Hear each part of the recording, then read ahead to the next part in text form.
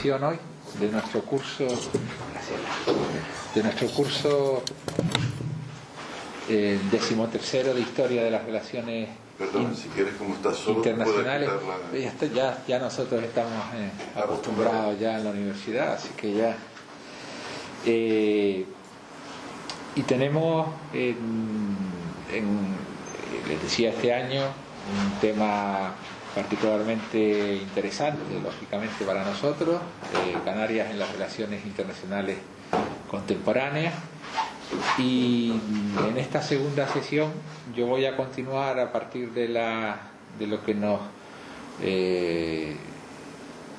analizó ayer el profesor Javier Márquez, que se quedó en el 98, y yo les quería comenzar con alguna presentación también general y comentarles incluso alguna otra coyuntura que ayer no se comentó, para ir rápidamente al periodo posterior a 1898.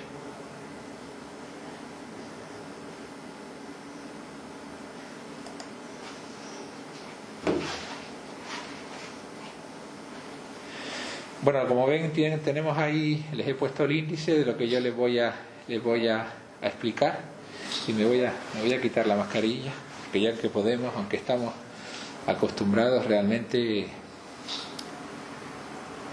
Esto lo descubrimos cada día cuando llegamos a casa, ¿no? Así se respiraba, ¿no?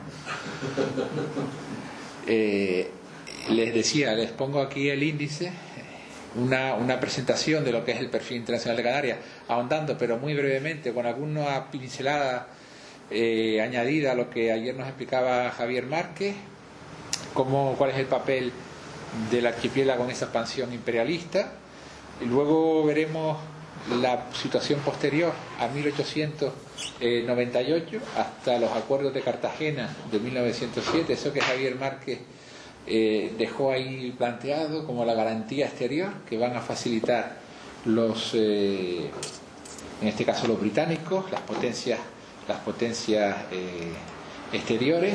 Y luego tenemos, les voy a comentar el periodo que va de 1907 a 1914, lo que se denomina la paz armada. Les haré un especial desarrollo de la Gran Guerra, donde allí vemos precisamente esas características que ya ayer se enunciaron del perfil internacional de Canarias: revalorización estratégica y vulnerabilidad defensiva. Y luego desembocaremos en la posguerra y la nueva realidad internacional, que va a cambiar de alguna manera el encaje de Canarias en ese escenario internacional, con algunas pequeñas conclusiones, sobre todo para dejarlo ya encauzado hacia para las distintas ponencias que comenzará mañana con la del profesor Díaz Benítez. Dentro de ese perfil internacional en la era del imperialismo, pues ayer comentábamos, ahora les mencionaba esos dos elementos: revalorización estratégica y vulnerabilidad defensiva. Y esto voy a ir rápidamente porque ayer el profesor Márquez lo comentaba. La revalorización estratégica viene dada sobre todo por aquello del valor económico que ahora tiene el archipiélago, como consecuencia de que la navegación a vapor pues obliga a disponer de depósitos en el Atlántico, y que van a ser, creo que tenemos sonido de fondo, vamos a ver. ¿Algún micro que estará abierto?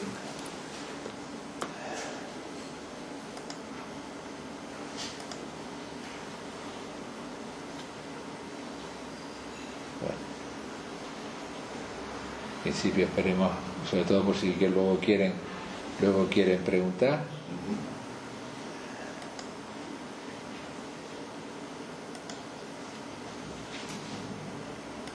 Les decía,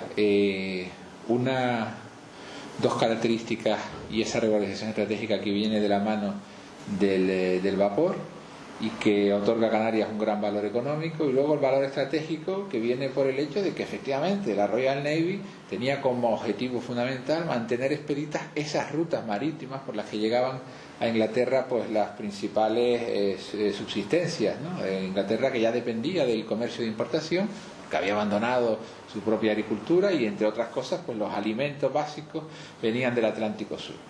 Y luego una vulnerabilidad defensiva que es resultado de ese mayor valor estratégico, porque estamos en un noroeste africano que se va a ver en donde van a concitarse los intereses de las potencias europeas, y todo esto en aquel contexto de la incapacidad defensiva después de la pérdida sobre todo de la flota en el 98 que mencionaba ayer Javier Márquez.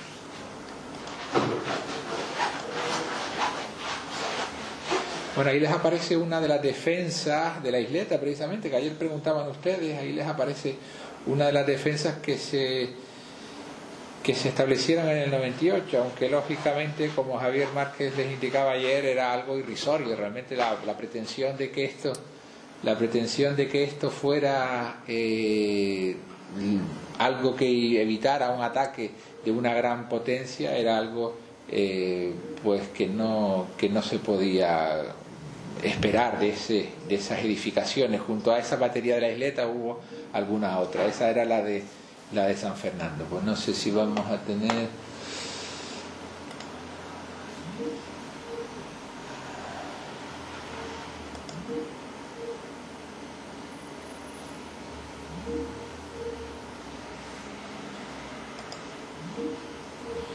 No sé si nos tendremos que decantar por hacer...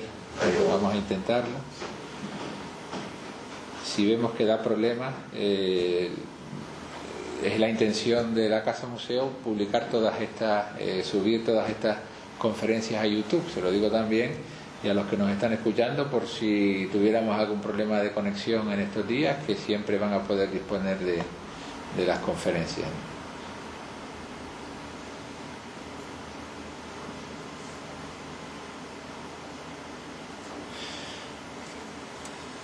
Bueno, y les quería comentar, además de la coyuntura del 98, por supuesto, que mencionó, a la que se refirió especialmente ayer Javier Márquez, pues alguna otra coyuntura, para que ustedes vean cómo tampoco el 98 fue algo aislado, ¿no?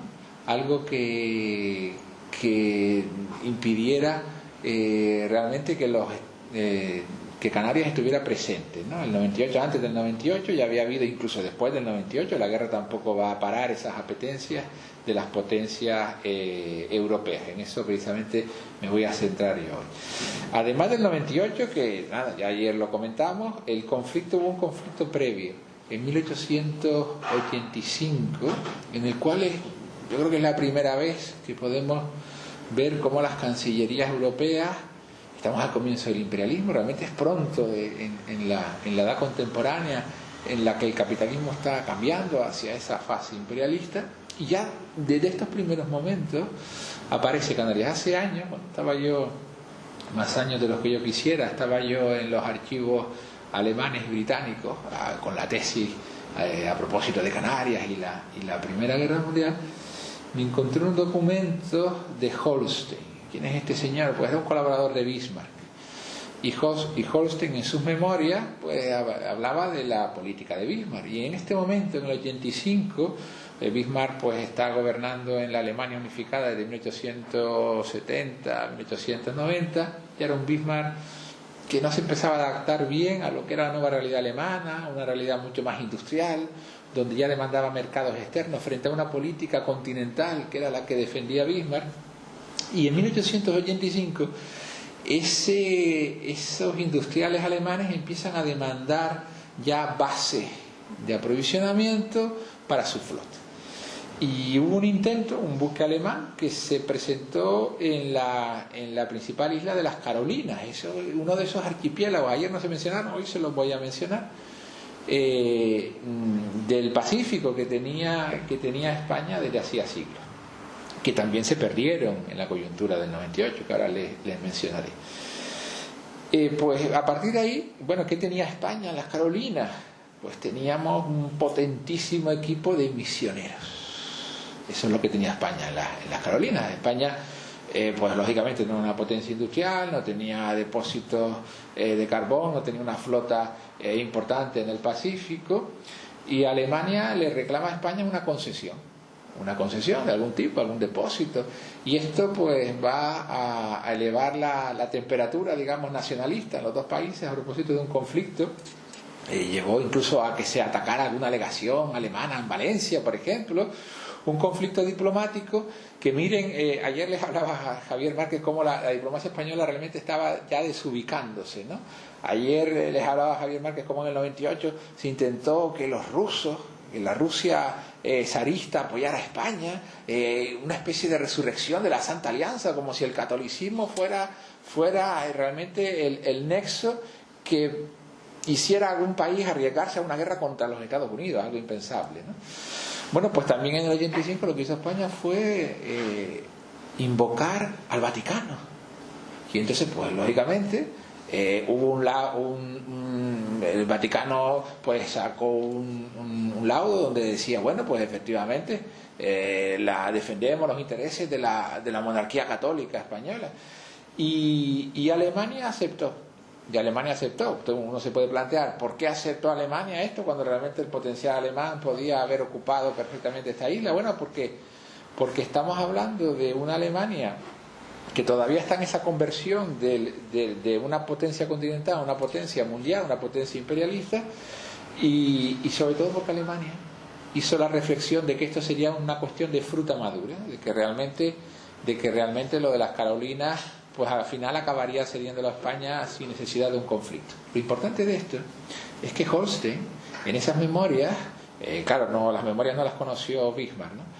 En esas memorias Holstein decía, esto demuestra la decadencia o el declive de Bismarck. ¿Qué tenía que haber hecho Holstein? ¿Qué tenía que haber hecho Alemania? Dice Holstein en sus memorias. Y aunque yo me sorprendí a mí mucho cuando lo leía. Tenía que haber tomado las Islas Canarias.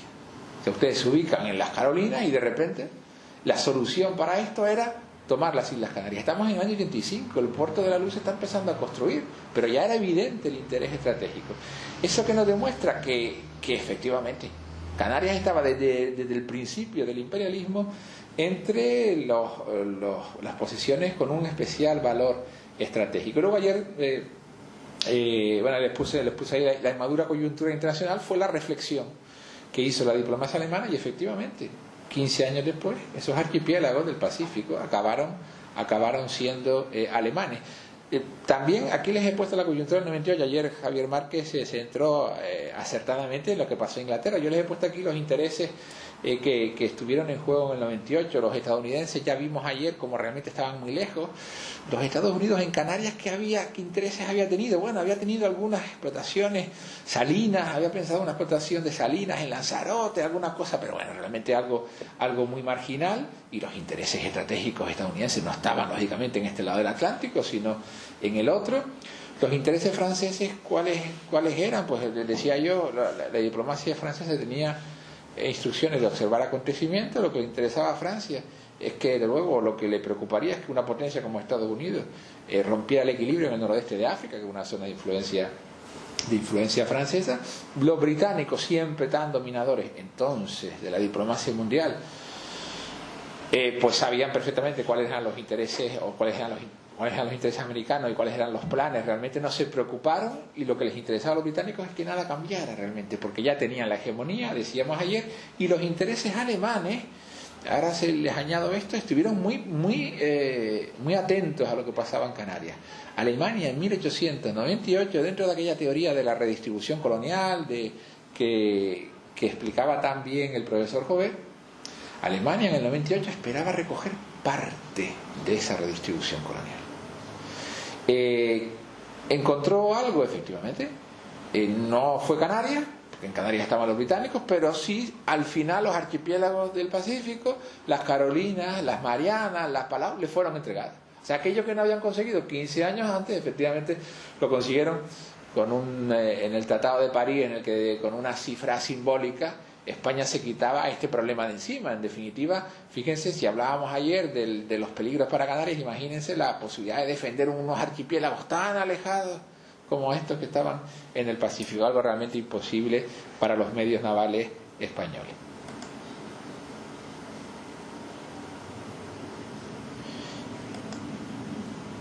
Bueno, ahí tienen ustedes en esta diapositiva, tienen ustedes una foto.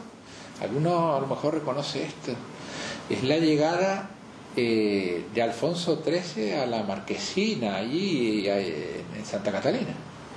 1906, primera visita de un monarca español a Canarias. Y no es casualidad que fuera en 1906.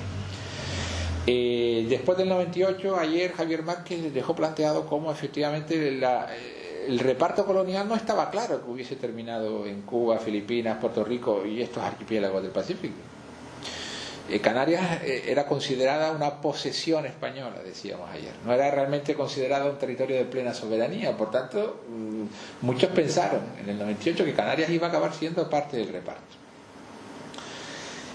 Por tanto, la política exterior española, después de los incidentes de Gibraltar, que ayer se mencionaron, después del desastre del 98, va a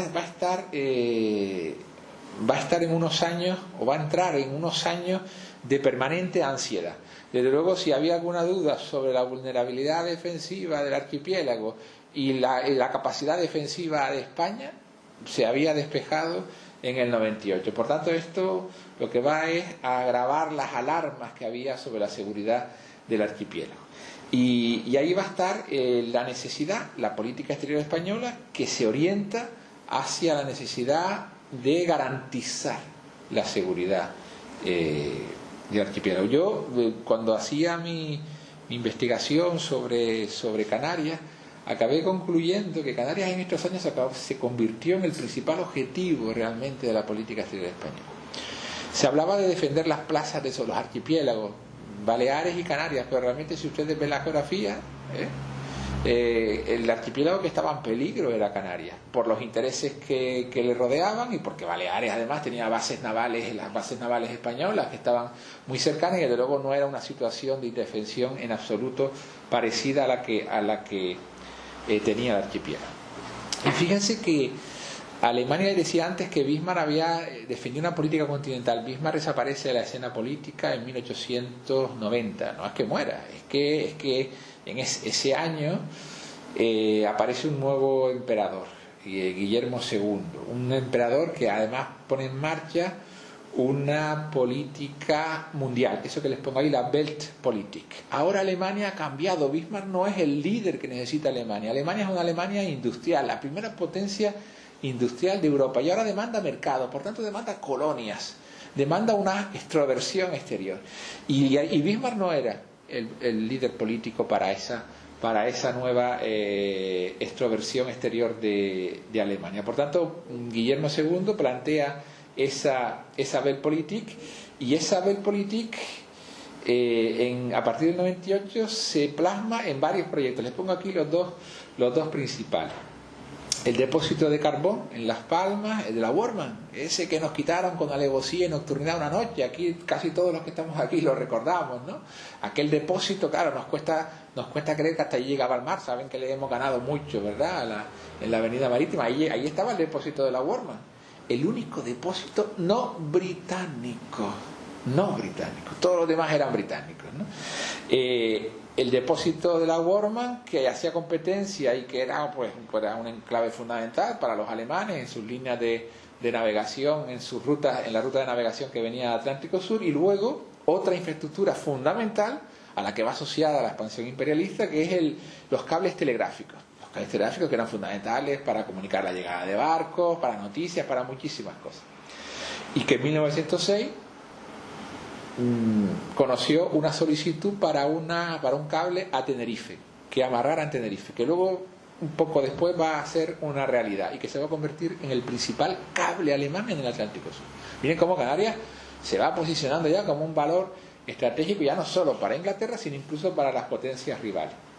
En ese contexto en el que Gran Bretaña y Francia ya están unidos, tienen un enemigo común. Bueno, el milagro, en las relaciones internacionales hay uno de los grandes hitos del siglo XIX que marca todas las relaciones internacionales del siglo XIX, es el aislamiento británico, la Splendid Isolation británica. Ese espléndido aislamiento que dura prácticamente desde la Europa de Viena en 1820, cuando se plantea la posibilidad de intervenir en la América española.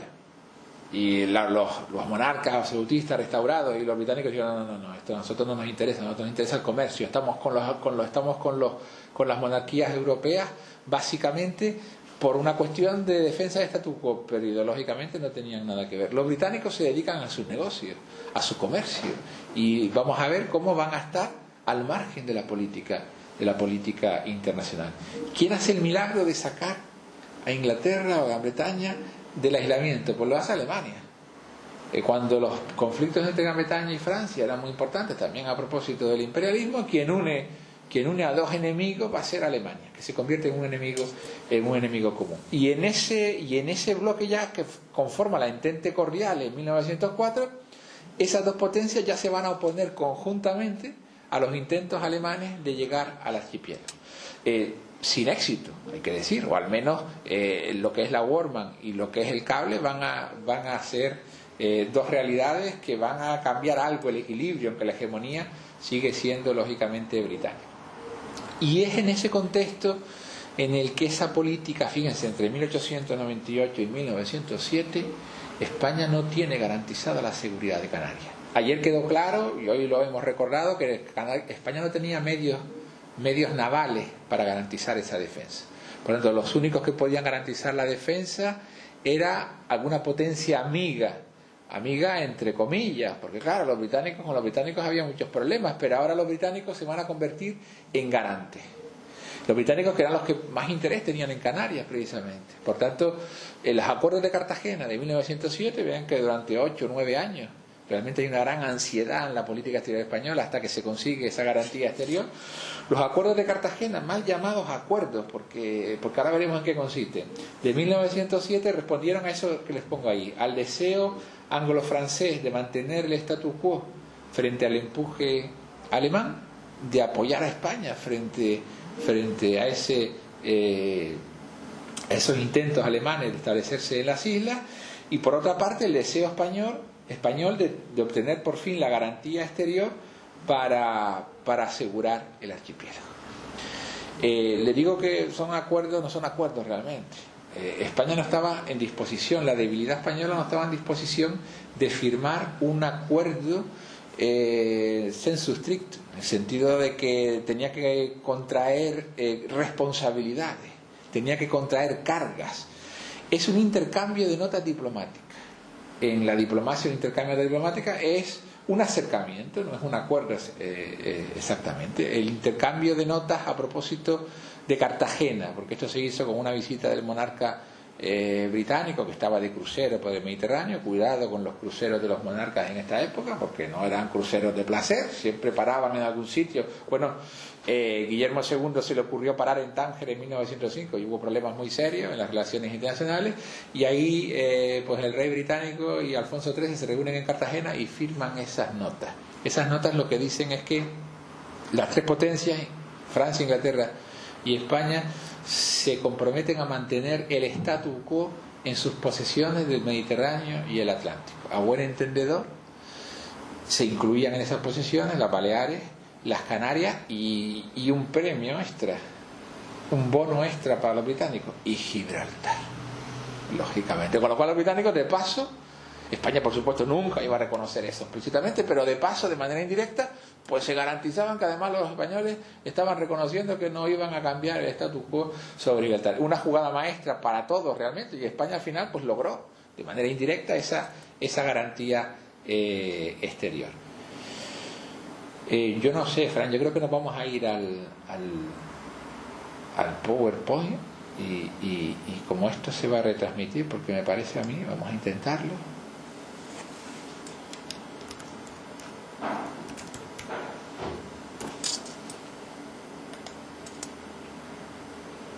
Esto debe ser algún problema de la conexión, que bueno, que son cuestiones imponderables.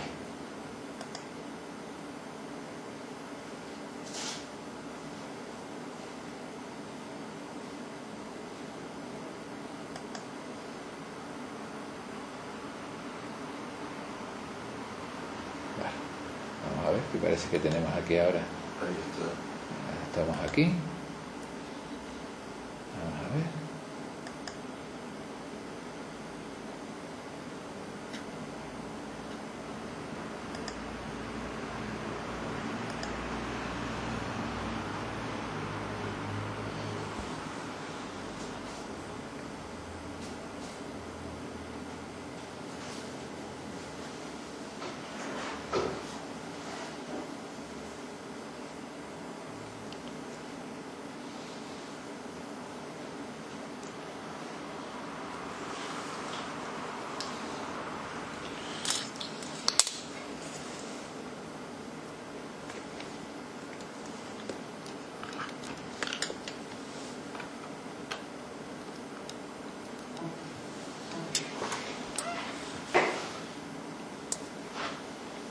Bueno, voy a preparar el PowerPoint por si, como parece, vamos a tener problemas.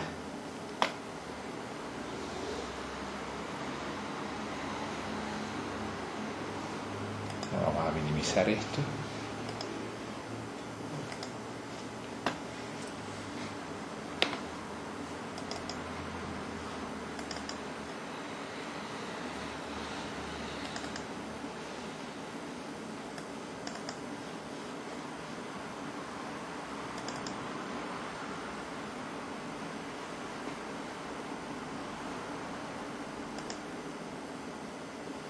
Sigo intentando conectar.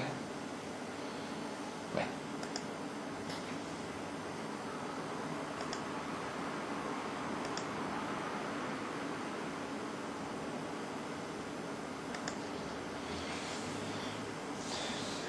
Yo creo que si te parece, seguimos con el PowerPoint y ya como esto se va a grabar todo, porque si no nos vamos a detener mucho y tengo muchas cosas que decirles. Tampoco quiero estar aquí hasta altas horas. Bueno, lo dejamos aquí por si nos pueden oír y se conecten, nos pueden oír al menos, que es de lo que se trata básicamente, ¿no? Nos pueden oír los que están conectados.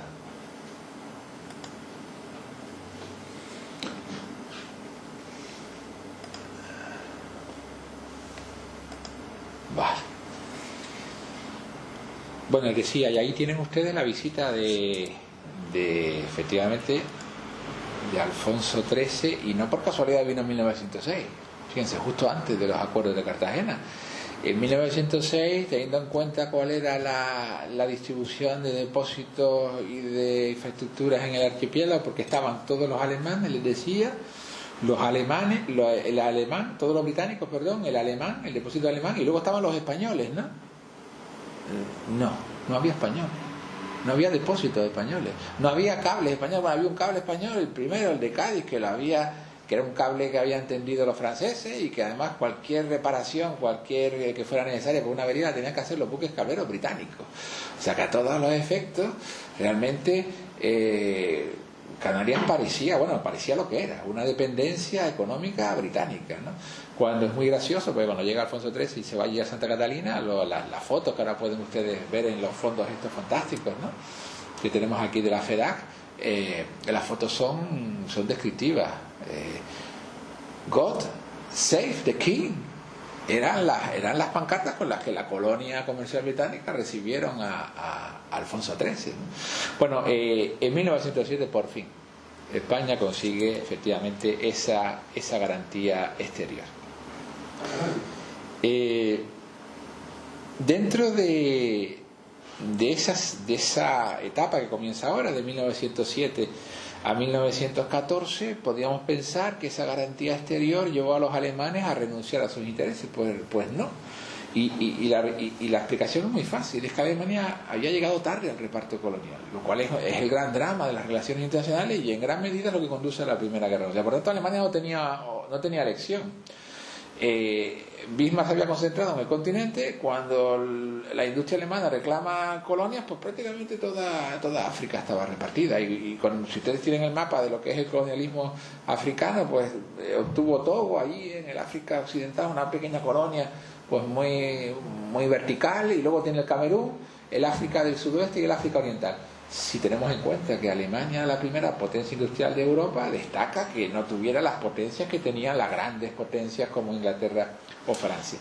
Y ahí está la necesidad alemana de conseguir colonias y conseguir concesiones en el archipiélago, y siguió intentando obtener otras concesiones. Ahora esos acuerdos de Cartagena sirvieron para apoyar a España frente a esas pretensiones, y luego en Marruecos, que era también un territorio muy próximo a Canarias, y Canarias, que siempre jugó un papel fundamental en ese imperialismo en Marruecos. Esa presencia de Canarias en el escenario internacional la seguimos viendo, por ejemplo, en una de las coyunturas fundamentales que se estudian en la historia de las relaciones internacionales: la segunda crisis marroquí. Esto que les voy a explicar ahora, ustedes pueden decir, bueno, pero nos está explicando aquí el profesor Ponce, porque resulta claro, como está hablando de Canarias, la segunda de las crisis marroquíes son crisis que se estudian en cualquier universidad del mundo cuando se habla de las crisis internacionales que preceden a la Primera Guerra Mundial. porque eran uno de los últimos territorios en repartirse y porque realmente en las crisis marroquíes estuvo a punto, bueno, la tensión diplomática subió muchísimo. Y en la segunda crisis marroquí, bueno, también en la primera, pero en la segunda crisis marroquí Canarias estuvo muy presente. Los alemanes enviaron a Agadir un buque de guerra que salió de los puertos de Canarias. Y lo enviaron pues para defender, decían, los intereses de los alemanes, porque Francia y España parecía que iban a ocupar Marruecos, ahora sí. Y entonces los alemanes quisieron dejar patente que ellos también tenían interés. Y enviar un buque de guerra allí pues era un acto bastante hostil, porque se suponía que Marruecos ya había sido repartido en la conferencia de Algeciras después de la primera crisis marroquí, que ahora no les voy a explicar, pero que se suponía que Marruecos era un territorio hispano-francés o franco-español, vamos a decir, que era en el orden lógico. Bueno, pues en esa segunda crisis marroquí, Canarias estuvo muy presente y causó de nuevo una gran ansiedad a la diplomacia española. En 1911, cuando los alemanes plantean este envite a la entente cordiales realmente a Francia y a Inglaterra, que ya estaban unidos en esa entente, pues obligaron a los franceses a entrar en negociaciones. Las negociaciones consistieron en lo siguiente: pues el Camerún alemán, aquella colonia que está allí en Guinea, cerca de Guinea, pues en el Golfo de Guinea, el Camerún alemán, que era un poquito más pequeño, se amplió a costa del Congo francés.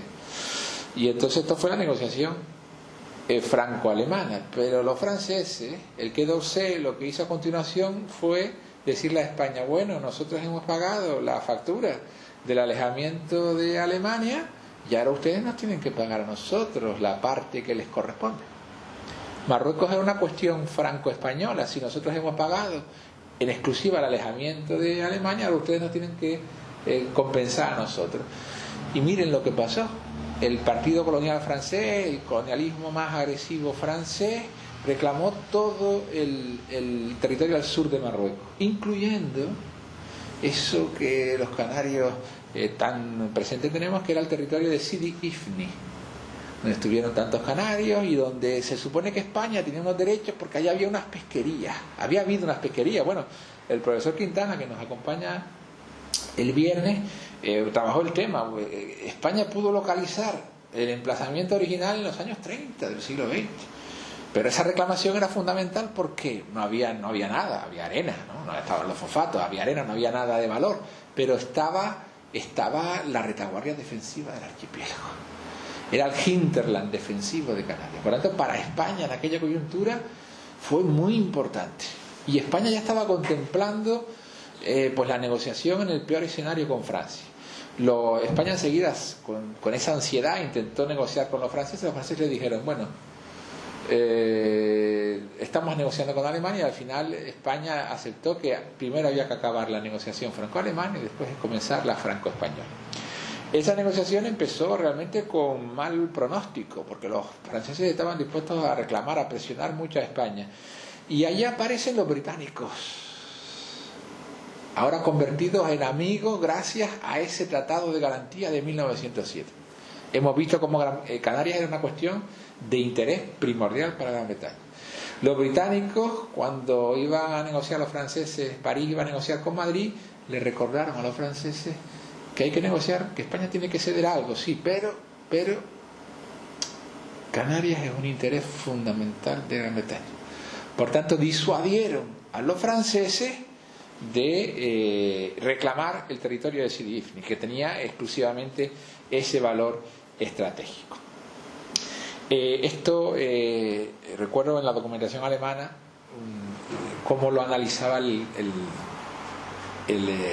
embajador alemán en España, un personaje muy importante luego en la guerra, el príncipe Ratibor. Y el príncipe Ratibor, cuando le escribe a Berlín, allí a la Cancillería en Berlín, pues acababa su informe con la siguiente exclamación: Islas Canarias por la gracia de Inglaterra. En definitiva, venía a decir que Canarias había mantenido su seguridad y su soberanía bajo España gracias a la defensa a ultranza que había hecho Gran Bretaña frente a ese envite francés. Eso no significó que los alemanes renunciaran a estar presentes en el archipiélago. Siguieron intentando depósitos, consiguieron un depósito en Tenerife también en 1913. O sea que digamos que España tuvo una garantía, pero los alemanes, como les decía, que no tenían opción, siguieron presionando.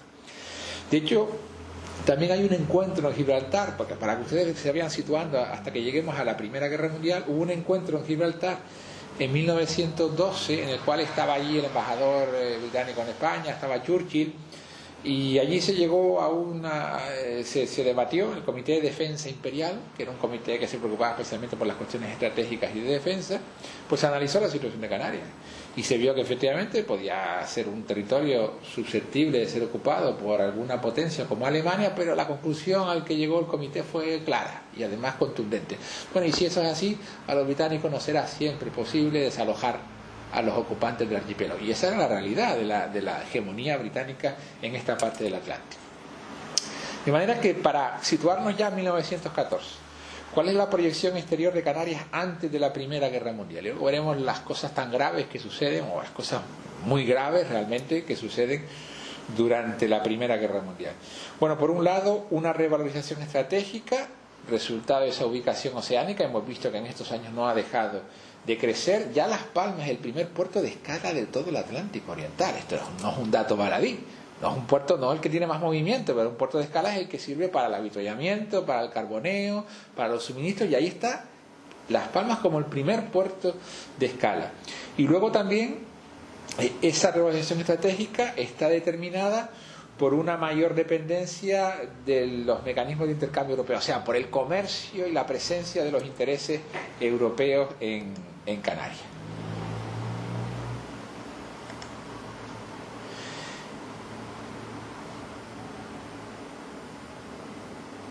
Además, como resultado de esos capitales extranjeros que están presentes en el archipiélago, las islas conocen un gran crecimiento económico, pero es un crecimiento desequilibrado. Ahora, cuando se empieza a hablar de los obreros negros del carbón en el puerto, los que trabajaban en los depósitos británicos, saben ustedes que ahora es cuando Las Palmas pasa a ser un villorrio, a ser una ciudad importante en el Atlántico, cuando se urbaniza toda esa parte de la ciudad que lleva hasta la isleta, y esto efectivamente significa una modernización, pero también una modernización que no depende de los capitales, desde luego nacionales, sino que está en absoluta dependencia de esos intereses y capitales extranjeros.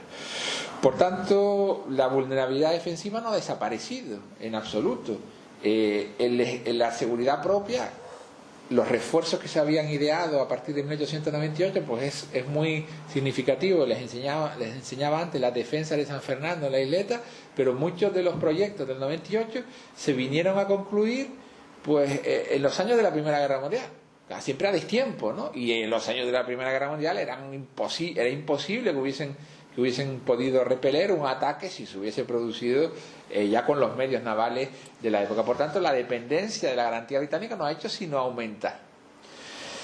Esa preponderancia británica, ¿dónde la vemos? Y ahora les voy a poner alguna pequeña estadística para que pues lo vemos en todo realmente.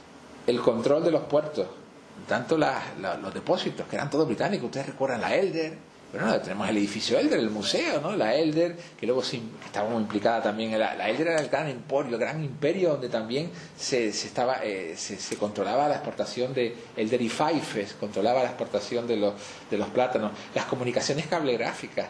Había un cable alemán, sí, pero el resto eran cables todos aliados, fundamentalmente, los que pasaban a través de Canarias. La banca. El Bank of West Africa, que estaba allí en el puerto, los seguros, la Lloyd, las comunicaciones interinsulares, la famosa compañía de vapores interinsulares canarios, que de Canarias solo tenía el nombre, que estaba también en la esfera de los intereses de la Elder. El servicio postal, los hoteles que ustedes conocen, que siguen existiendo todavía hoy en día, el abasto de agua, realmente todo estaba en manos de los británicos. Y luego también el comercio exterior, y aquí empezamos a hablar de algo que va a ser muy importante, porque ahora, en el caso de la Primera Guerra Mundial, les voy a hacer un inciso para que ustedes vean, porque ahora estamos hablando de la proyección exterior del archipiélago y alguien puede pensar, bueno, pero esto estamos hablando de los intereses de las potencias en Canarias, y esto cómo se refleja en la vida de los canarios. Pues de manera muy importante. No solo porque esos intereses están creando las infraestructuras como la del puerto, que va a traer un gran desarrollo demográfico, un gran desarrollo social, una modernización social y económica del archipiélago, sino cuando lleguen las crisis. Cuando lleguen las crisis, pues esos intereses extranjeros van a ser fundamentales y van a determinar que la crisis sea más profunda y que porque dependíamos de esos mecanismos exteriores. Miren, el comercio exterior, básicamente las exportaciones que todos conocemos, ¿no? El plátano, el tomate y la papa. Pero es que las importaciones también estaban en manos británicas. Y cuando, claro, lo de las importaciones es un poco curioso, porque se consideraba que el carbón que consumían los británicos era una importación.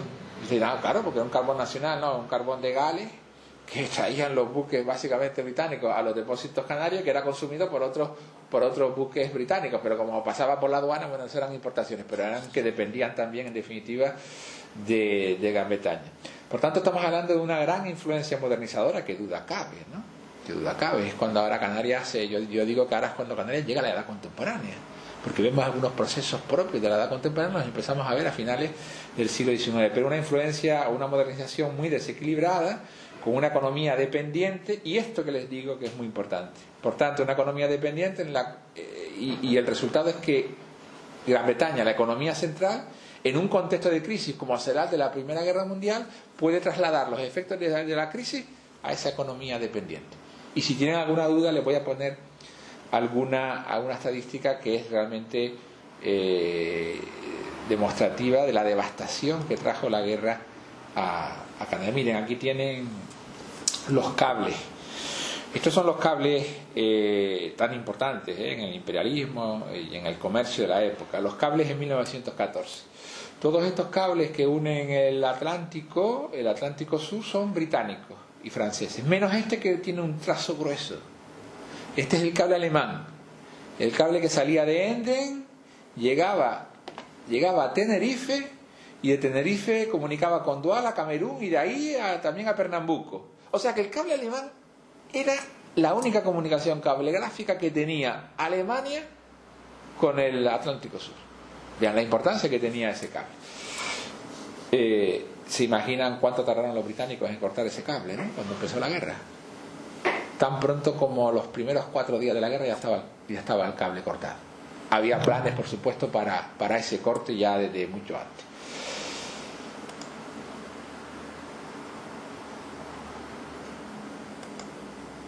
Miren, aquí les tengo una sobre el mercado de exportación, los monocultivos que conocemos. Pues vean ustedes cuál era el destino, ¿no? En el caso de los plátanos, pues cerca del 60% iban a Inglaterra, a Alemania pues en torno al 20%, a Francia pues algo menos, y cuando nos vamos a España encontramos que menos del 1%. Realmente Canarias no estaba integrada en el mercado económico español. Esta tendencia se acentúa mucho más en el caso de los tomates o de las papas, en las que prácticamente la famosa guinegua, ¿no? Las papas iban prácticamente todas, más del 95%, al mercado británico. Ahí tienen los camiones de las Faifes en el entorno de la Elder. Bueno, por cierto, esto es una foto que les pongo aquí, bueno, se ve muy pequeñita, una foto fantástica que localicé, claro, cuando la FEDAC sacó aquel fondo, pues ahí esos nombrecitos que les aparecen ahí pequeñitos, que no se distinguen, pero que los pueden ver en internet, en los fondos de la FEDAC, son los buques alemanes que quedaron en Canarias durante la Primera Guerra Mundial y que van a ser tan importantes. Las Palmas es el primer puerto de toda España en buques alemanes refugiados. Ya esto nos va situando en la importancia que tenía Canarias. Bueno, llega la Gran Guerra. Estamos en el momento del clima imperialista. Todo este desarrollo que comienza en los años 80, que tiene sus episodios, decía, las Carolinas 85, por supuesto el 98, que sigue con ese desarrollo hasta que se consigue los tratados del intercambio de notas de Cartagena, que Alemania Canarias sigue estando presente en la segunda crisis marroquí, y llegamos a la guerra. La guerra fue una guerra larga, y la guerra como parte de las guerras contemporáneas se acabó convirtiendo en una guerra económica.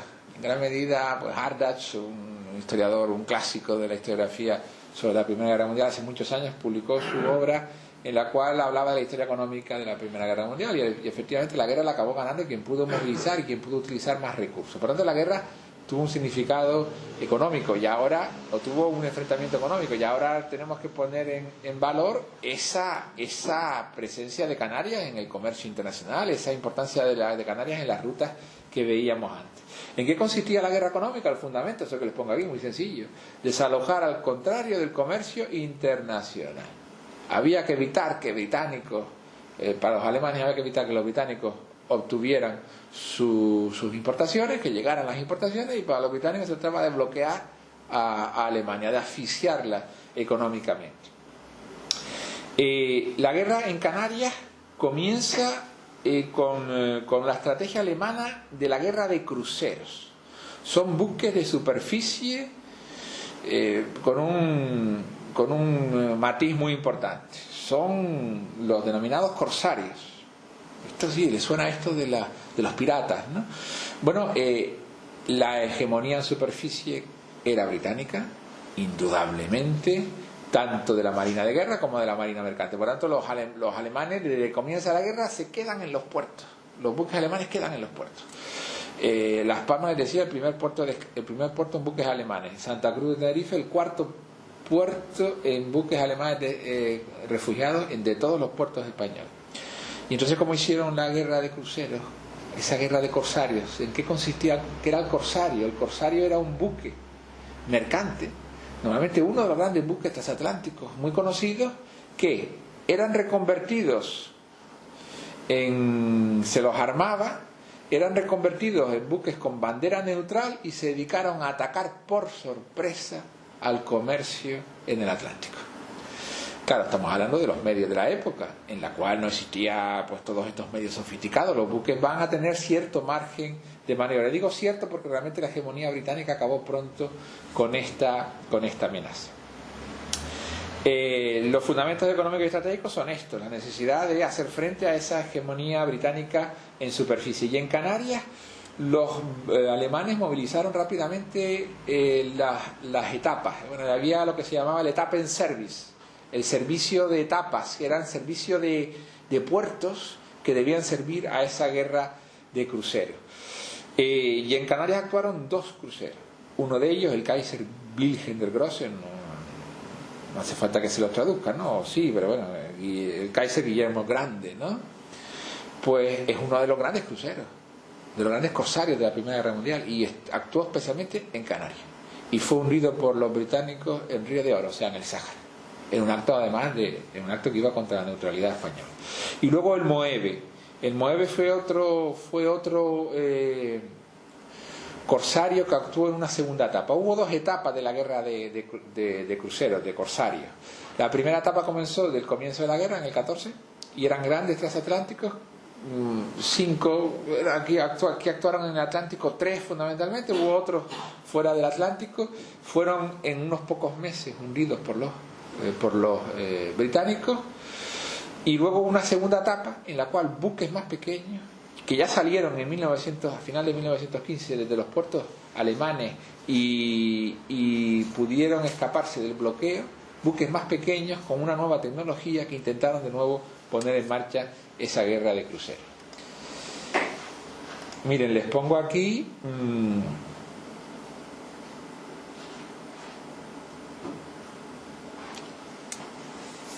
algunas de las medidas que tomaron los aliados. Les decía que los británicos tenían claramente la hegemonía. Pues frente a esa guerra de los corsarios, los británicos emplazaron en Canarias la 9ª y la 5ª escuadra de cruceros, sobre todo la 9ª escuadra de De Robeck.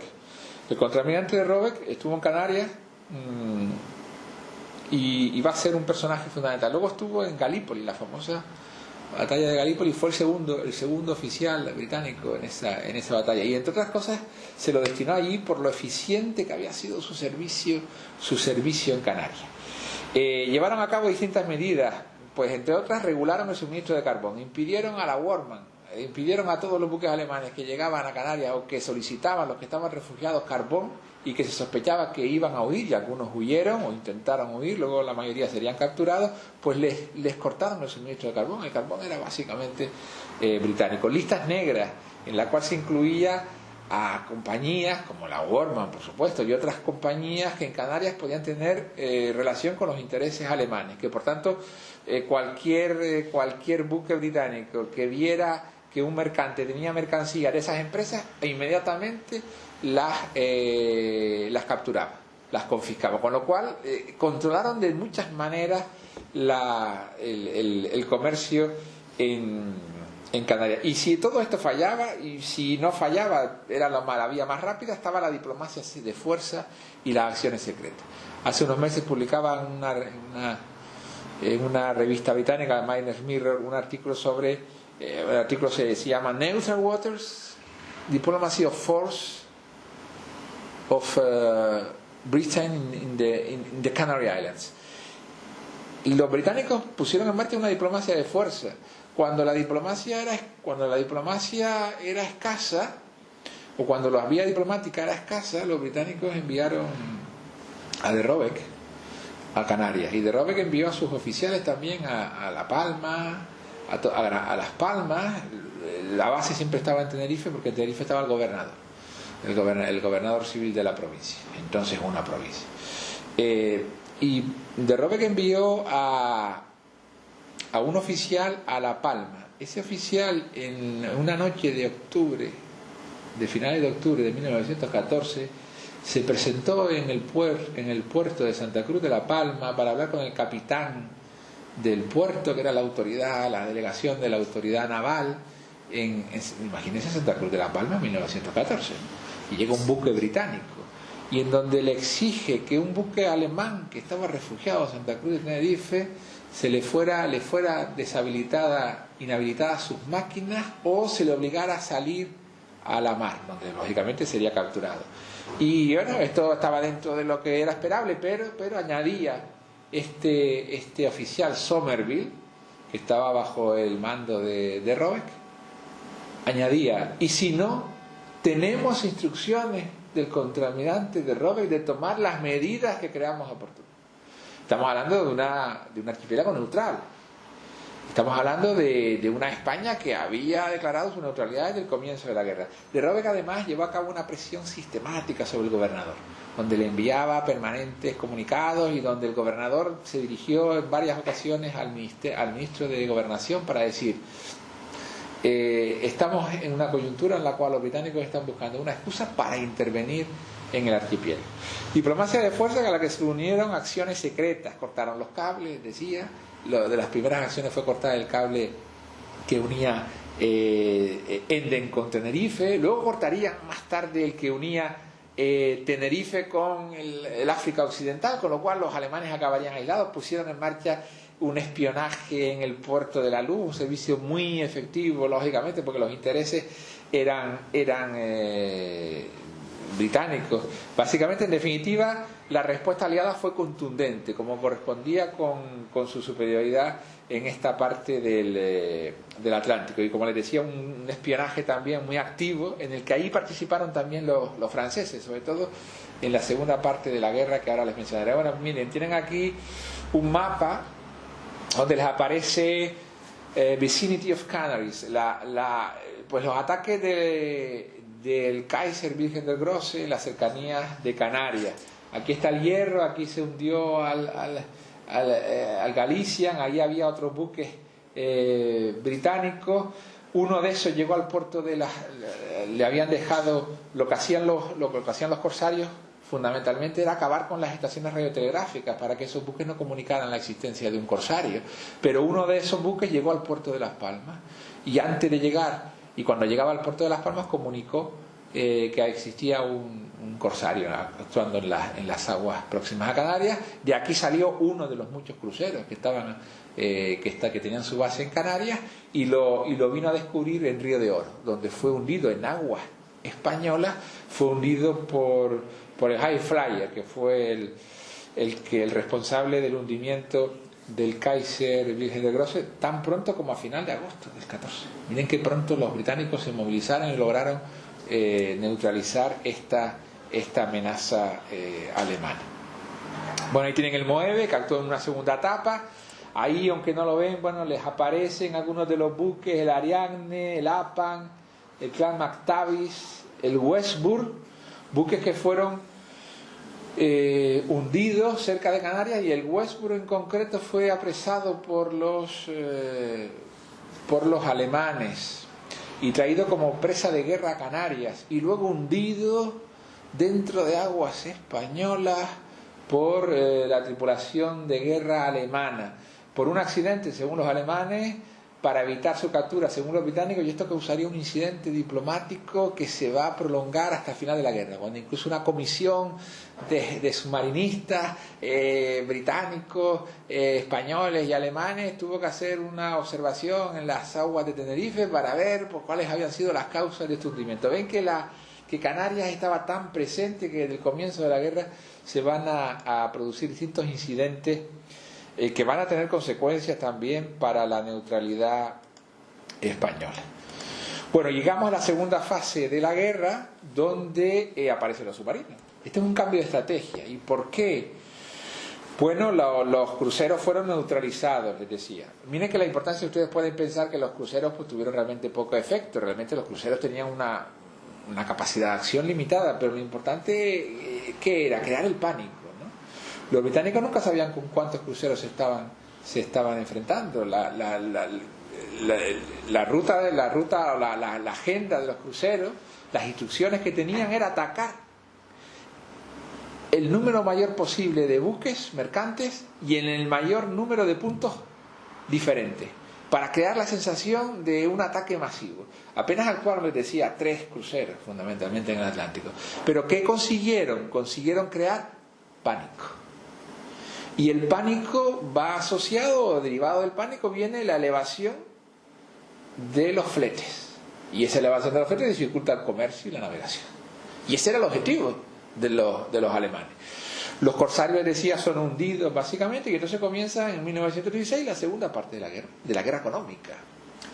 Ya que los británicos tenían la hegemonía en superficie y la acababan de imponer con esa destrucción incluso de los corsarios, pues la guerra submarina se convierte en una guerra, en un arma para acabar con esa superioridad en superficie. Es un arma nueva, que además causa a los británicos y los neutrales acusan a los alemanes de utilizar un arma que, claro, que esa arma no estaba prevista en los tratados de guerra naval. Es un arma nueva y además un arma que muchos consideraban ilegal. Lógicamente los alemanes utilizaron todos los instrumentos en su poder, y la guerra submarina que se había puesto en marcha, todo comenzó cuando al comienzo de la guerra algunos submarinos alemanes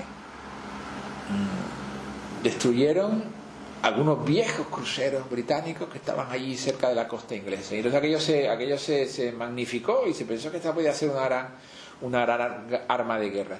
La guerra submarina estuvo de manera intermitente, se intentó activar entre final del 14, comienzo del 15 y final del 16. ¿Por qué nuevamente no se podía activar del todo? Porque causaba muchos incidentes con los neutrales, y entre ellos con Estados Unidos. Y los alemanes tenían muy claro que no querían la entrada de Estados Unidos en la guerra. De hecho, pues esta famosa Lusitania, que ustedes habrán oído hablar, donde murieron más de 1000 civiles americanos fundamentalmente, y que causó un gran escándalo internacional. O el Essex, el Sussex, allí murió Granados, por ejemplo. O sea, había el compositor español, había muchos incidentes que, claro, que llevaron a los alemanes a siempre acabar limitando esa guerra, hasta que al final de 1916 el alto mando alemán convence a los políticos de que la solución para desequilibrar la guerra es la guerra submarina. Estaban en un momento crítico de la guerra después de 2 años parece que no tiene una salida clara, y Alemania a final de 1916 pone en marcha una guerra submarina que luego será ultranza. ¿Qué significa esto? Que cualquier buque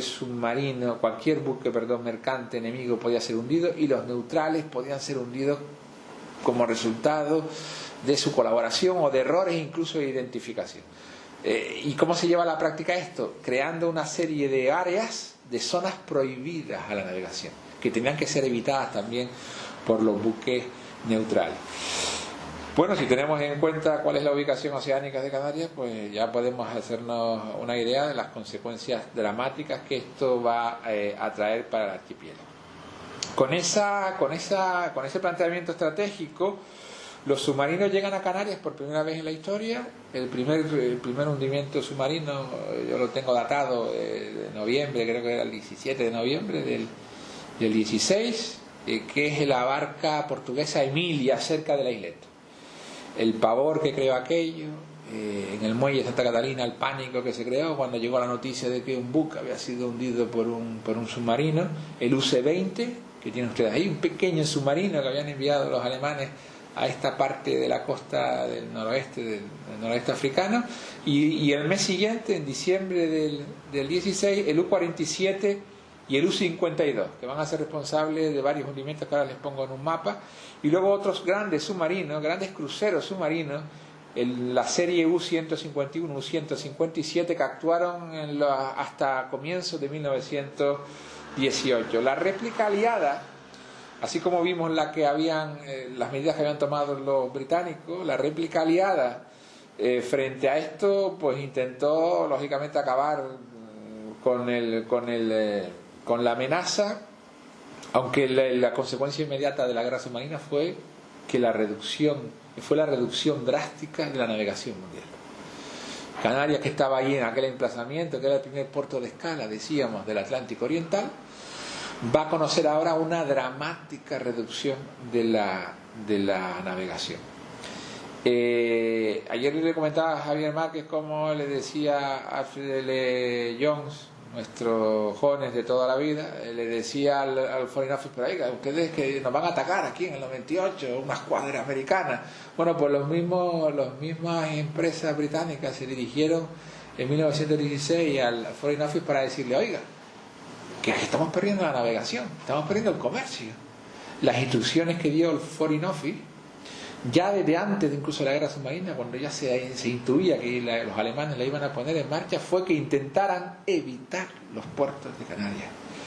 Claro, estamos hablando de una Canarias que dependía de ese tráfico marítimo, estamos hablando de unas compañías como la Elder que dependían en gran medida de ese tráfico marítimo, pero claro, la Elder no tenía intereses solo en Canarias, tenía intereses en Canarias, en toda la costa occidental africana, igual que la Wilson y otras empresas que de alguna manera pudieron compensar. Esto es lo que les decía, de cómo los británicos pudieron transmitir los efectos de la crisis a un espacio dependiente como Canarias, y compensaron esa reducción de la navegación con otros mercados, con otras áreas de comercio, que luego comentaré.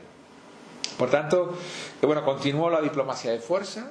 Hubo una diplomacia de fuerza también en las islas en este momento. A propósito, cuando llegan los submarinos hay distintas comunicaciones, incluso un ataque. En enero del 18 los submarinos, el Hierro fue, ya se los mencioné a propósito de los corsarios, el Hierro fue una isla especialmente, el puerto de Nao, si ustedes conocen el Hierro, que seguro que sí, pues el puerto de Nao, esa costa escarpada, de difícil acceso, pues era un sitio privilegiado. Era un lugar de encuentro de los corsarios con los que la abastecían, porque de Canarias en 1914 salieron buques mercantes para abastecer de carbón a esos corsarios. Algunos fueron capturados, otros volvieron en lastre a los puertos de Canarias, lo cual creó se confirmó la sospecha para los británicos. Y en el momento de la guerra submarina, en enero del 18 hay submarinos en el puerto de Nao, y en enero del 18 esos submarinos alemanes son atacados por un submarino británico en aguas españolas. De nuevo una acción de fuerza, una acción hostil frente a la neutralidad. La queja diplomática española pues concluyó o fue respondida como ustedes se pueden imaginar. Si los españoles son incapaces de garantizar la neutralidad de sus aguas, los británicos se arrogan el derecho de garantizar su estatus en la guerra, en la defensa de sus intereses. Y esas acciones de fuerza se van a reproducir. Los servicios de inteligencia, por ejemplo, en el Hierro, que era una isla realmente donde estaban sí, había era un lugar de encuentro, pero una isla donde no había básicamente ninguna infraestructura. Sin embargo, los franceses, por ejemplo, establecieron, los franceses, que no eran tan importantes en términos económicos, ni muchísimo menos, pero los franceses fueron muy activos en el espionaje. Establecieron un servicio de espionaje incluso en el Hierro, en Tenerife, en Gran Canaria. Lo reforzaron, auxiliando, por supuesto, a los británicos. Miren, aquí tienen el mapa que les decía. Tienen ustedes el primer hundimiento datado de un submarino en Canarias, el Emilia, ahí al norte de la isleta, el 17 de noviembre, el 16, por el UC-20, luego el U-47, el U-51, que hundieron estos buques. Como ven, en diciembre del 16, el Spiros, que era griego, el Salamis igualmente, el Kediri, que era holandés, y el Emma Laurens, de nuevo al sur del Hierro, que era un velero francés. Y estas son las zonas de guerra submarina que se van a ir estableciendo. Estas zonas que ven ustedes aquí se establecieron en 1918, en torno a las Azores, porque ya Portugal había participado en la guerra al lado de los aliados, y esto porque era el África Occidental francesa, y en medio quedaba Canarias, con lo cual se pueden ustedes imaginar las dificultades para el tráfico marítimo que ya habían comenzado a final de 1916. Y les decía que aquí les voy a hacer un inciso, porque me gustaría que ustedes comprobaran cómo todo esto, lógicamente, tenía un efecto en la vida de los canarios, ¿no? No era esto de la proyección internacional de Canarias, no era algo que quedaba en el ámbito de las cancillerías.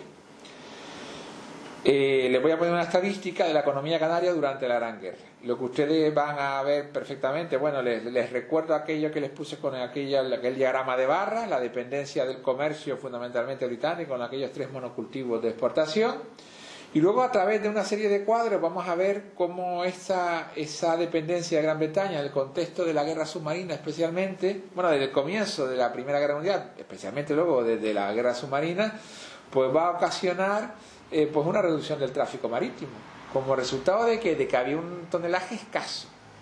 Mucho tonelaje aliado, especialmente británico, fue atacado, se va perdiendo tonelaje. Por tanto, los británicos tenían necesidad de disponer de parte de ese tonelaje que antes se empleaba para el tráfico de los productos de exportación y que ahora se emplea para algo más importante, que son los suministros de guerra, que eran más esenciales, lógicamente, que la exportación de plátanos o de tomate. De manera que la demanda de las exportaciones canarias, que les pongo ahí, pues va a ser desplazada por bienes estrictamente necesarios. Y además hay otra dificultad muy grande y que va a tener, por cierto, continuidad. Esto va a ser algo que va a quedar permanentemente en el escenario económico internacional. Canarias estaba muy alejado de sus mercados. ¿Qué significa que Canarias esté más alejado de sus mercados? Que había más riesgos para la navegación, había más ocasiones para que fuera atacada, para que fueran atacados esos buques que además pues estaban transitando con productos de lujo, al fin y al cabo, superfluos en un contexto de guerra, como eran esos frutos. Y esto va a llevar a una caída de las exportaciones y sobre todo a un hundimiento de las importaciones, que va a ser realmente dramático. Aquí lo tienen en este cuadro, miren. Bueno,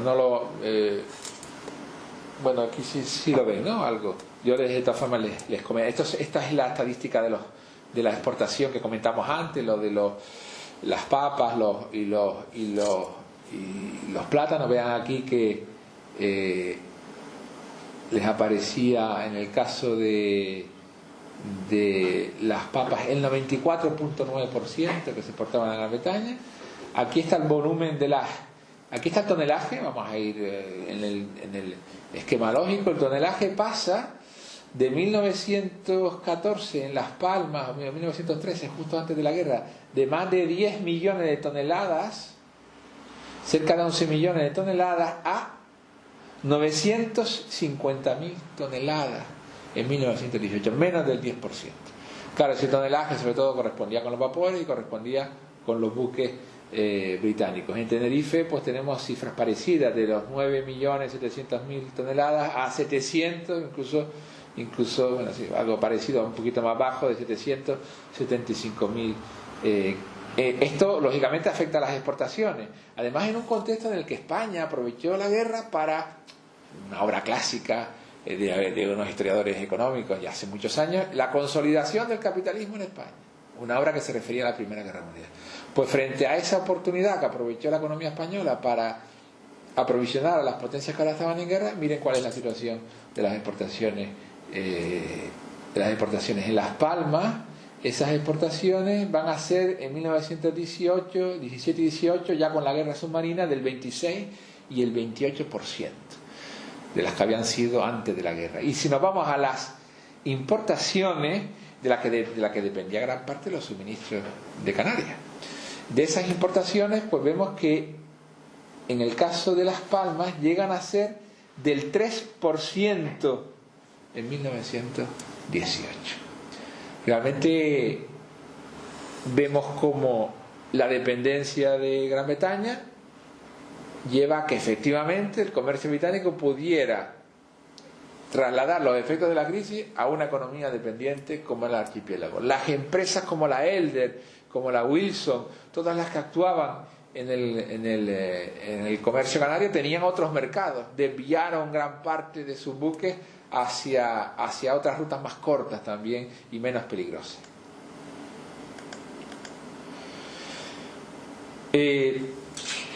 Valor estratégico que les decía va unido a una vulnerabilidad defensiva. Hubo varias violaciones de la neutralidad, se las he mencionado algunas de ellas, y hubo dos momentos concretos en los que la diplomacia española sintió realmente que se cernía una amenaza sobre el archipiélago canario. Al comienzo de la guerra, ante los cruceros alemanes, ese contexto en el cual Sommerville y de Robeck actúan en Canarias y amenazan a las autoridades insulares, y al final de la guerra, en el contexto de la guerra submarina. Miren, ayer les hablaba de la importancia que tiene en la diplomacia los rumores, porque los rumores, en definitiva, lo que están haciendo, los rumores en las cancillerías, lo que están haciendo es demostrándonos qué percepción había de un territorio, de su fragilidad. Pues hubo un rumor que circuló muy activamente y que recoge también el embajador español en Alemania, en Berlín, Polo de Bernabé, que había sido embajador en Washington cuando la guerra hispano-norteamericana, y que le escribe al Ministerio de Estado, Ministerio de Asuntos Exteriores, diciéndole que no puede aceptar que por segunda vez los Estados Unidos violen la soberanía española. Yo en distintos archivos intenté localizar algún plan, algo concreto. Realmente todo queda en esos rumores, pero ese rumor circuló también en Gibraltar, y ahí lo tenía yo recogido. En Gibraltar le dice en un momento dado a las comunicaciones del Foreign Office, dicen: en Gibraltar circula el rumor en agosto del 18, cuando está a punto de acabar la guerra, de que los americanos han obtenido de los aliados el permiso para ocupar las Islas Canarias.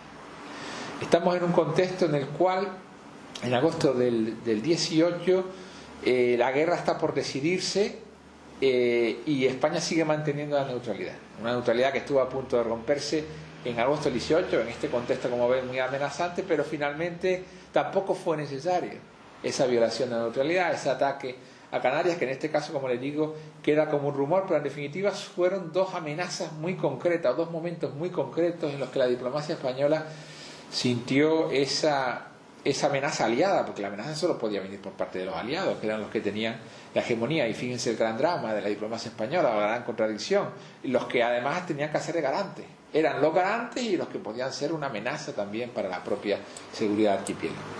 En definitiva, para concluir y irnos ya a la última fase, Canarias fue durante la Gran Guerra, podemos concluir, la piedra de toque de la neutralidad española. Esto fue una tesis que yo defendí en su momento. La neutralidad española sobre todo se vio en peligro por la situación que había en Canarias. Las fases en las que podemos dividir incluso esa neutralidad española las podemos establecer a partir de lo que sucede en Canarias. Y las presiones y los conflictos a los que se vio sometida la neutralidad española tenían que ver con la vulnerabilidad defensiva del archipiélago canario. Bueno, hay distintas coyunturas, hay distintos momentos de esa neutralidad. Una neutralidad que fue muy benévola, especialmente, miren, tan pronto como noviembre del 14, perdón, podemos establecer que la neutralidad española es benévola, y es benévola especialmente a partir de esa presión que ejerció de Robeck y sus oficiales en Canarias, donde acabaron forzando la interpretación que cabía hacer de la neutralidad española, una interpretación que lógicamente era favorable a sus intereses. Hay algunos temas, algunos detalles muy interesantes que si quieren luego los vemos si hay ocasión en el debate. Llegamos a la posguerra. La guerra dentro de esto que era la época de las Canary Islands, la época del imperialismo británico muy presente en Canarias. Yo les digo a mis alumnos que el debate de si Canarias podía haber sido ocupado por los británicos, o el interrogante que se plantea muchas veces, realmente no tiene mucho sentido. Canarias fue ocupada por los británicos económicamente, que era lo que interesaba a los británicos. Canarias era perfectamente una dependencia económica del Imperio de la Libra, y así prestaba su servicio. Lejos estaba cualquier intención británica de ocupar las islas y cargar con el peso de la administración política. Era la situación realmente ideal, unas islas Canarias bajo la administración de una España muy poco presente, y todo el beneficio económico para los intereses británicos. Esa época, que se conoce como la Edad Dorada de las Canary Islands, realmente comienza, el fin de esa época comienza después de la Gran Guerra, o la Gran Guerra significa el comienzo del fin, podríamos decir. La guerra hemos visto que también fue económica, y la guerra, que les he dicho cómo alteró las rutas de navegación, pues vino también a alterar algunas de las señas de identidad del capitalismo en esa fase que hemos estudiado, que es la fase del imperialismo, y en esa fase en la que se había producido la revalorización del archipiélago. Si cambiaba digamos el ADN del capitalismo, y algo va a cambiar, pues también cambiaba ese valor estratégico de las islas.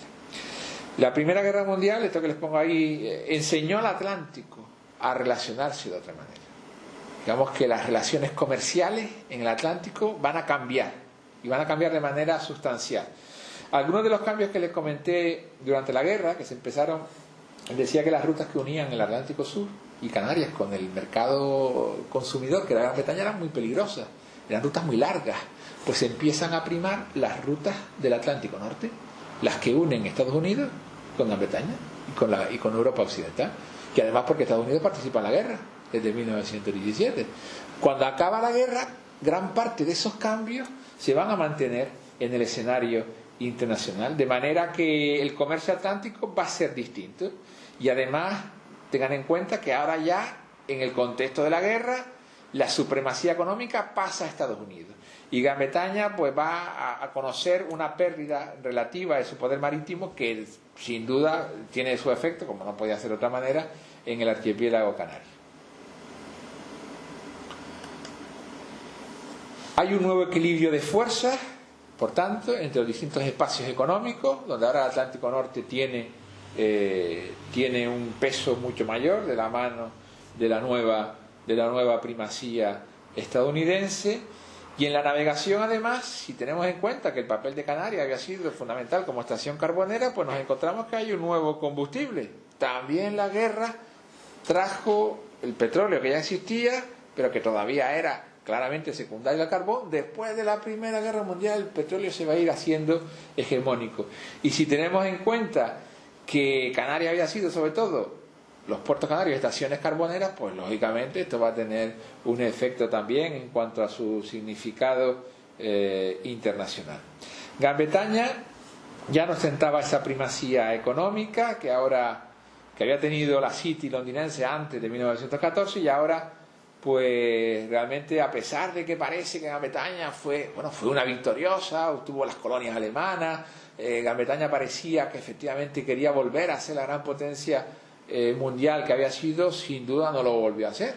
No lo volvió a hacer porque ya Estados Unidos toma la delantera, porque ya incluso la guerra da señales inequívocas de que la posguerra, de que Gran Bretaña ya no es la Gran Bretaña previa a 1914, y efectivamente su poder en la política mundial pues no deja de erosionarse en diversos frentes de distintas maneras, a nivel económico, a nivel del imperio, de las rivalidades los conflictos que se generan dentro del imperio. En definitiva, Gran Bretaña, que era la potencia hegemónica en Canarias, va a tener una evidente pérdida de poder mundial. Y estamos, por tanto, en el periodo de la posguerra.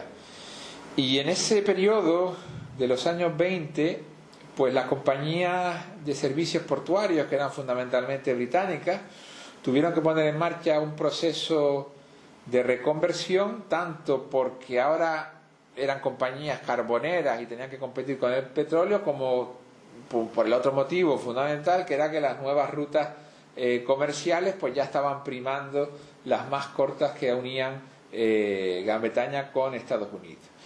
La influencia británica, por tanto, ahora sí comienza a declinar.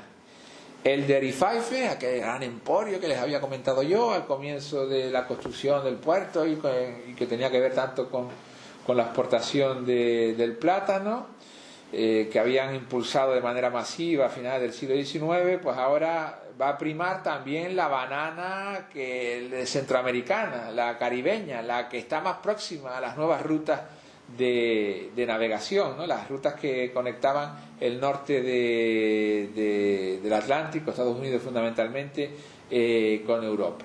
Y bueno, es cierto que parte de esas exportaciones se sustituyeron con el mercado francés, pero en absoluto Francia pudo llenar el hueco que significaba la pérdida de la demanda británica.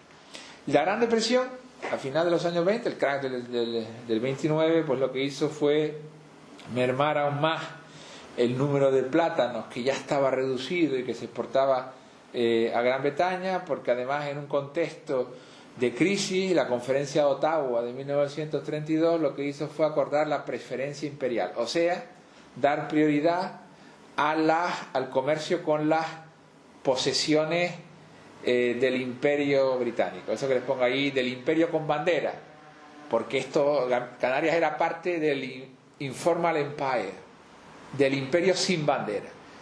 Les decía que los británicos controlaban la economía canaria, pero además tenían otras posesiones que eran parte del imperio. En un contexto de proteccionismo como el que impone la Gran Depresión, pues priman esas colonias, de manera que se va abandonando o se van alejando cada vez más en los años 30 los británicos, que habían tenido aquella hegemonía indiscutible, que prácticamente habían monopolizado la actividad económica. Ahora ya claramente están en decadencia en el archipiélago canario. Y ya para irnos aproximando al final de esta conferencia, pues efectivamente se intentó buscar mercados alternativos, pero el contexto no era el más apropiado. Estamos en un contexto proteccionista. Las crisis económicas suelen traer proteccionismo. El crack del 29 lo hizo, por tanto buscar mercados en un contexto proteccionista se iba a convertir en una empresa realmente difícil, porque todos los países establecían aranceles.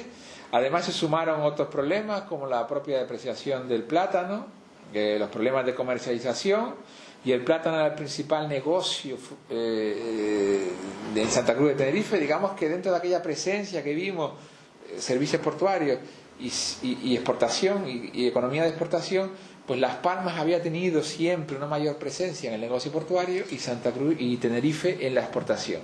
Pues ahora lleva a esa reducción del negocio en Santa Cruz de Tenerife, y a este le va a venir acompañado su correlato en Las Palmas. También el comercio, el tráfico marítimo en Las Palmas se va a reducir, de manera que vemos como con la competencia de otros puertos atlánticos, esto que es también una permanente en la evolución portuaria de Las Palmas o de Canarias, la competencia de otros puertos atlánticos junto a la cuestión de las nuevas rutas, todo esto va a llevar también a la decadencia del negocio del negocio portuario. En los años 30 ya, conforme avanzan esos años 30, podemos decir que los intereses británicos ya están luchando por la propia supervivencia. Ya realmente no tiene nada que ver, ya ha pasado la época de las Canary Islands, claramente, decía, la Gran Guerra fue un punto de inflexión, y además ahora sí, si veíamos cómo las exportaciones canarias apenas llegaban al mercado nacional, ahora sí, el crack del 29 y el contexto proteccionista que le siguió consiguió que Canarias, la economía canaria, se integrara mucho más en el mercado español, y todo esto ya pues estamos en un contexto que nos aproximamos a la guerra civil, y además esto que ya le dejo planteado a Juan José Díaz Benítez para mañana, en el contexto del primer franquismo, del bando triunfante en la guerra civil, pues acabó por suprimir de facto los puertos francos que habían sido el gran instrumento jurídico que había acompañado a la llegada y la presencia de los intereses británicos. De manera que, como ven, ya estamos en un contexto claramente diferente. ¿Y Canarias dejará de estar presente en las relaciones internacionales? En absoluto. En un contexto diferente, la estrategia sigue siendo fundamental para Canarias, y de esto nos hablará mañana el profesor Díaz Benítez. Yo les quería comentar algunas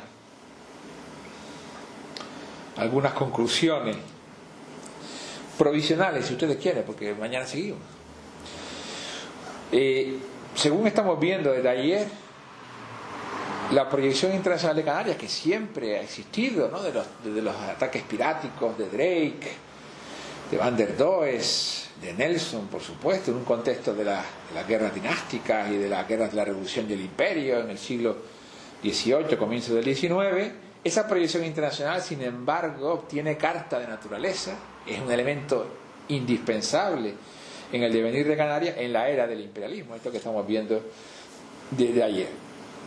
Y ese perfil internacional de Canarias que hemos caracterizado con estos dos elementos, globalización estratégica y vulnerabilidad defensiva, le digo aquí como conclusión que en realidad no solo determinan esa proyección internacional de las islas, sino que en gran medida, y esto les he querido transmitir hoy, en gran medida determinan la proyección internacional de España, la política exterior de España. Veíamos cómo incluso después del 98 lo que causa gran ansiedad durante aquellos 7 o 8 años hasta los acuerdos de Cartagena es la necesidad de garantizar el limen, ¿no? La frontera, que ahora está en Canarias, no está en Cuba, no está en Puerto Rico, no está en Filipinas ni en las Marianas, está aquí, en las Islas Canarias, y en aquel contexto de concentración de intereses también en el noroeste de África.